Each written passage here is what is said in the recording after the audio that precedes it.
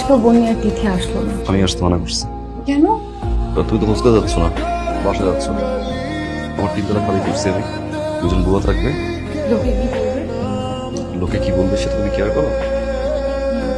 তুমি যদি চাও আমি তোমার সেই কেয়ারিং হাজবেন্ড হতে চাই। তাহলে আগে কাজী অফিসে যাই।